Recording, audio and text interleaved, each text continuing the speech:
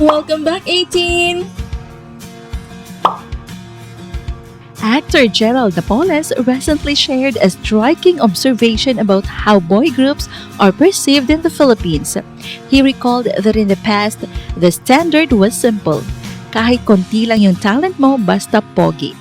Looks were often enough to win fans, even if performances lacked polish. But Napoles points out that SB19 has shifted the paradigm. He admits that at first, people were not necessarily impressed by their visuals, yet their sheer talent, discipline, and excellence won audiences over. For him, this is the new definition of pogi, not just appearance, but the ability to excel, inspire, and deliver artistry that commands respect. Napoles' reflection resonates with a broader cultural shift.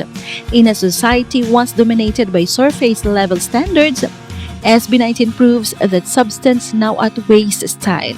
The rise suggests that charisma today is measured not by perfect faces, but by authentic skill and impact. This definition of pogi is more than a compliment. It's a challenge to the industry and to fans. Value what truly lasts.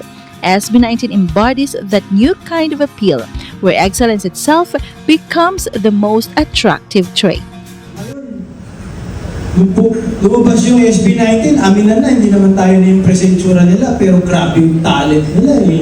Kaya nakakuha ng fans, I think that's the new pogi. Yung ano yung meron ka na nag-e-excel, na napogi-pogi yung tao dahil nag-e-excel ka sa bagay. Sa tingin ko yung kabuuan, kasi dati conventional eh. Sabi ko nga, sino ba yung kausap ko nito? Pinag-uusapan namin yung ayun, isa sa dati, ang basihan natin ng boy band, boy group, diba kailangan kahit konti lang yung talent mo, basta pogi lahat yan, yung limang yan. Oo, kahit di sabay-sabay magsayaw yan, basta pogi yung limang yan, ano yan.